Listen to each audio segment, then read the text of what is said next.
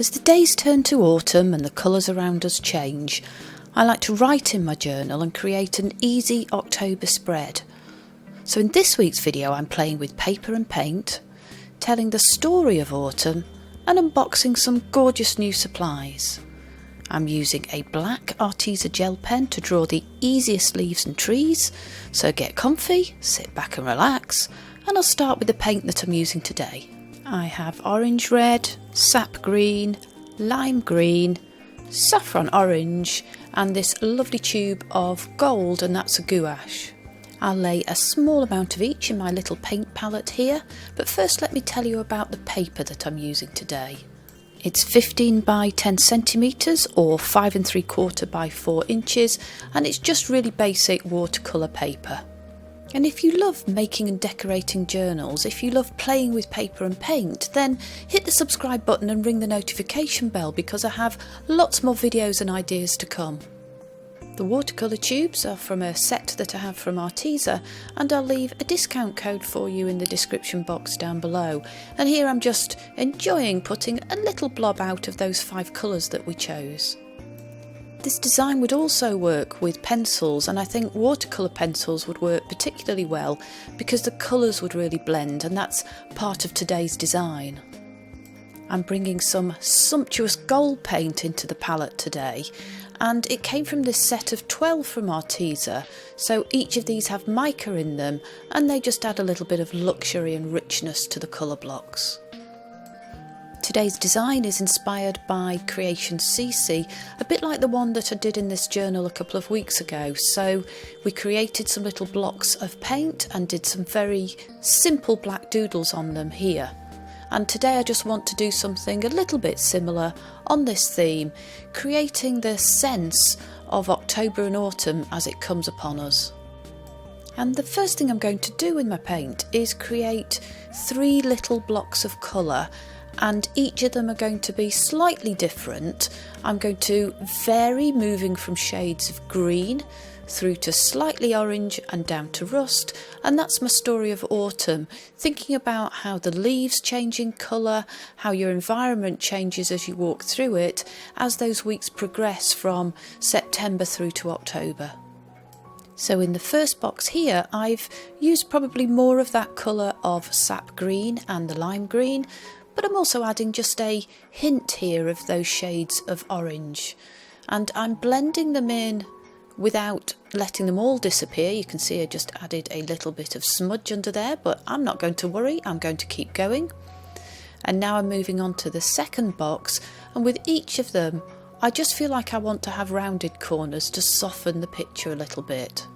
So with this one I've started more with those orangey rusty colours, but I'm keeping a little bit of the green because as we walk outside and see the trees here in England, there's still some green around us, it's not all gone, but I want to get the sense of progression, and that's really the story in the image today.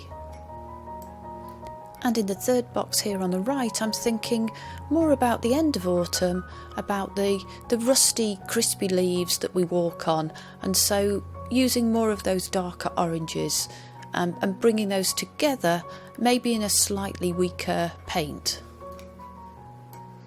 I'm dribbling some of that beautiful orange red into some of the colours in the box, blending it in with a little bit of water and rounding the corners so that it's also a nice soft and consistent view. And now I'm using the gold gouache to paint a little bit of a border around each of those boxes, but I'm only doing it on 2 of the sides, and the idea is that I just add a little bit of depth to each of them to make it feel a little bit less 2D on the page. My use of gold today is definitely influenced by Creation CC, and the doodles are also influenced by Stephanie Owen, and I'll link those in the description box down below. Here I'm just dabbing a little bit of the colour to take it out of each of the boxes, so it doesn't matter if you add too much, you can just adjust a little bit as you go. I'm drying it off, working from both the front and the back to keep the piece of paper as flat as I can, And now I'm going to start on drawing those leaves and trees, and they're really very simple, and I'm just using this black Arteza gel pen to give me some strength in the black lines that I draw. I start by drawing the stem and then the outer edge of the leaf, and then I move on to adding a few veins, just working down the stem, alternating, drawing one on either side. So I'm using the pen quite firmly to make those lines nice and black and bold. And it's at this point that I really think the magic of pen on watercolour paint really seems to happen. I'm thickening up the stem, just drawing with my pen, and then I'm going to draw a second line around the leaf just to give it space for an interesting border. So follow your original line of your leaf, don't worry if it's a little bit wiggly, it doesn't have to be perfect. And we're going to add some interest by filling in little boxes in the space that we've created. So working around the leaf, just take your time, really just doodling teeny weeny little black boxes, and this really makes the design pop and gives it something interesting, gives it something special.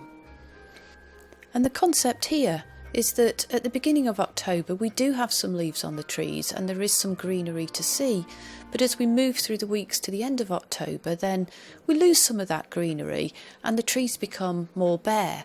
And I just wanted to bring this onto the page. It's what I've been noticing when I've been walking the dog, and it felt like it would be a really easy spread to do for an October page in our journals. So in the second box here, which has a little bit more of that orangey rusty colour behind, I'm drawing a tree with some leaves, but the leaves are rather sparse. So I'm just adding a few branches and then cutting it into two, dividing the ends into two, and adding little dots and semicircles to represent leaves, sparse leaves on the tree. I'm giving the tree a little trunk, just wiggly lines and filling it in with the black pen, and then I'm moving on to the third image, which is representing trees that have lost their leaves, so a bit of a cloud-like shape as the shape of the tree, and again I'm giving it a trunk.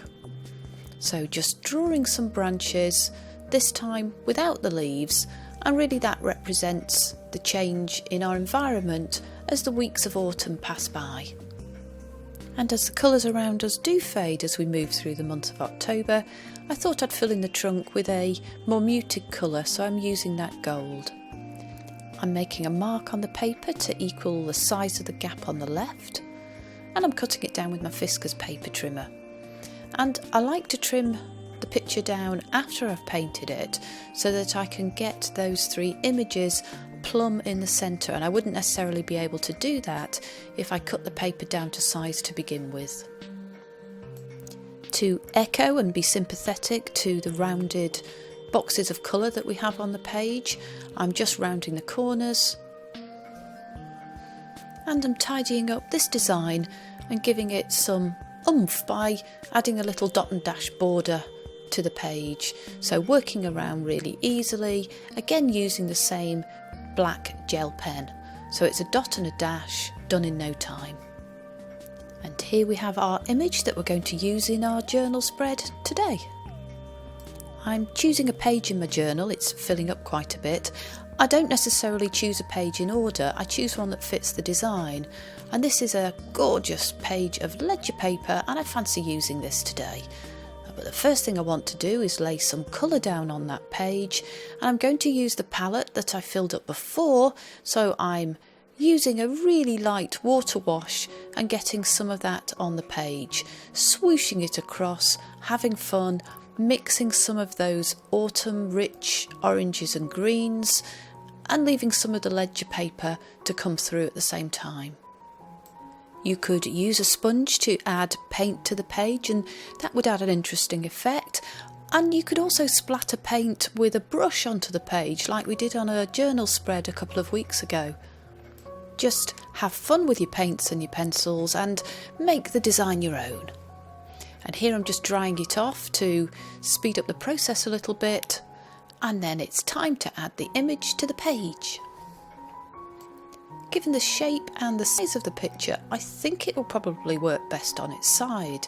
So I'm going to add it just here and add a little bit of extras using some paper scraps that I have. And I love using my paper pieces in my designs. Does that matter to you, or do you just throw your little pieces away? I'd love to know what you do with your scraps that you create as you craft. And here I'm just adding a small piece of black cardstock behind the image, and I'm reflecting the black that we used in the pictures, in those leaves and trees, and I'm using a little bit of orange, rusty orange paper to go on top. On the left hand end, I'm cutting a banner into this small piece of lime green paper. The banner is just a little point at the end, and that will add some interest. And the green at the left hand side really reflects the green that we added as a little extra in the left hand box. So the idea is that those pieces of paper behind are an extra reflection of the change that we see in the weeks that pass and the colours all around us. I'm gluing our image onto the page using a rather chunky glue stick, and that can just go in the perfect position on top of our little piece of black cardstock and our lovely lime green paper on the left hand side. So lining it up neatly and pressing it down. The little details of colour that we add as we finish a project can really make a difference, so this tiny piece of orange paper I think just adds something special and helps to bring that side of the journal spread together. I'm trimming it off at the side and then adding a little piece of this brown scrap of paper on the left hand end, and again I'm making it a little bit more interesting by cutting it in half with a slope and sticking that on top of some of the green. The green little flash is still showing behind, but the layering effect is what I'm after. I'm really excited to share some other papers that I'm using today, and just as I do when I'm making my journals, as we did last week, I pull a whole load of papers of different textures and designs and fonts and shades and colours and patterns, and then I whittle those down and decide what to use as I put the page together. I've been spending cosy evenings cutting out these dictionary definitions, so it'd be nice if I could work one of those into the design. A bit of black and white scripty paper, a lovely piece of aged paper, and that was from a Happy Mail. These are 2 sheets from American Crafts, I think, and this is a page from Tracy Fox. So I've printed out something with these beautiful designs, and I think I might rip a piece from that.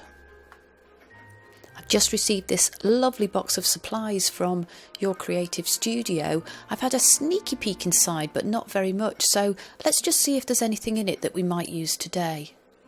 Some wide washi tape and something called a Mo card. What is a Mo card? If anyone can tell me, please do drop a comment in the box down below. Lots of lovely little icons and images that I could use on a page. I love this little typewriter, incredibly cute. And this box of tags looks interesting. I think inside we have some on white card and some on craft card. So let's see how we might put 1 or 2 of those into the design here today. I'm picking one that will go with our story of autumn. So orange is really in the design on that little tag. And I can't help be distracted and have a little rummage, so there's lots to look at here. The florals probably don't go with the design today. I'm keen to use these little stamps, so let's just pack this away. I'm stealing a piece of paper and maybe we can come back to it and have a more thorough look. I want to play with these chalkboard labels today and the white chalk marker that comes in the box. I've been having a go at writing on a few of them. They come in different sizes and shapes, and I think they're quite dramatic, and they complement the black gel pen that we were using when we drew the leaves and the trees earlier. It's always very exciting to play with new toys, don't you think? So now I'm doing a little bit of collaging, starting with the sheet of paper from the Tracy Fox Digi, and I'm sizing up exactly where I want it to go and tearing it so that I can extract the little part that I want. and I'm choosing part of the design that has quite a lot of text on it. I like to add text as part of the art design, so I'm folding up where I want that to go and I'll just tear that off. In this case I'm getting some of the text and also some of the botanicals on the page, and I really like that effect. So I'm gluing that down with my chunky glue stick, and I'm okay with the fact that it's wider than the page. It's just a little bit interesting. So that goes at the bottom. As you can see, I've still got postcard as text on the bottom left hand side, and I want to use some of this yummy antique vintage book page. I like using book pages a lot in my designs, either for that or for making pockets and envelopes. So I'm just going to glue that down, and then I'm going to do a little bit of layering on top, and I'm choosing one of those chalkboards to add on top. So just peeling it off and choosing exactly where it goes on that little bit of book page paper. I think it's quite important sometimes to choose positioning. It makes quite a big difference to how a page looks. So I'm putting it where it slightly overlaps the book page behind rather than plumb in the centre. And then I'm adding a little bit more pattern, still in muted browns, in the form of a tiny piece of washi tape. It's in a checkerboard style, and I'm going to use a mo. And this particular mo is a small vintage style image of a quill in an ink pot. So taking some time just to position that, and it goes slightly over the washi on the left of the word fall. I'm rounding the bottom right hand corner, again empathetic to the corners in the image above. And now I'm just choosing one of those tags which I'll have at a jaunty angle on the bottom right. And to finish it off, I thought I would add a little bit of ribbon. So that goes through the top. It's a delicate organza ribbon, and I cut it with a little bit of an angle and then just tie it off at the top. Some of you have been asking about how I use my journals, and as well as doing journal spreads like this, and definitely as well as painting in my journals, I do like to write in them, and I find that writing them is a great way of getting stuff out of your head and de-stressing and relaxing and really just having a better day. So in today's journal spread, I'm just journaling a little bit about how I feel thinking about going into October. And so I wrote, "There are times when I need to remind myself, be kind to yourself. When we look back on our lives and see all of that life in perspective, it's easier to see all the positive and the good, maybe not necessarily at the time that you're feeling it." And really what I'm trying to say is, sometimes we need to treat ourselves as we would treat our best friend and just give ourselves a little bit of an easier ride. And that's all I was feeling at the time, and I just thought I would put some of that onto the page. I'd love to know how you use your journals. Are they just for artistic expression? Do you practice in them? Are they for drawing and painting? And do you write in them? And if you do write in them, then what are you writing? Is it anything and everything like morning pages? Or is it more like a diary and you're writing about what you've done? Just drop a comment down below, I'd love to know. And as there are no rules in Joey Craftland, I've decided to write upside down on the page. Here I'm just using one of my Inkonic fine liners in one of the shades of brown. And I'm just talking about positivity and plans for doing great things in the month of October. Really looking forward to making best use of the days. And some of the ways in which I like to make really good use of the days is having a fantastic walk with the dog and breathing in the fresh air. So that goes down on the page as well. I like gratitude lists, and they make me feel really positive. In fact, all lists make me feel positive. I love writing lists in my journals. So I'm just jotting some of those thoughts into some of the spaces on that lovely piece of digipaper, just writing whatever I feel. At this stage, I think to give a bit of balance, I need to just add a little bit more washi on the bottom right hand side here, and really I'm starting to bring together my easy October spread. I can add the little tag that we pulled together earlier. I'm not writing on the back of this one, I'm just going to stick it down, adding that at an angle on the bottom right hand corner, and that will make the journal look lovely and chunky when we fold it together. I'm finishing off this page with another of my easy borders, so a very quick and easy dashed line in the black gel pen. And this is my easy journal spread for the month of October.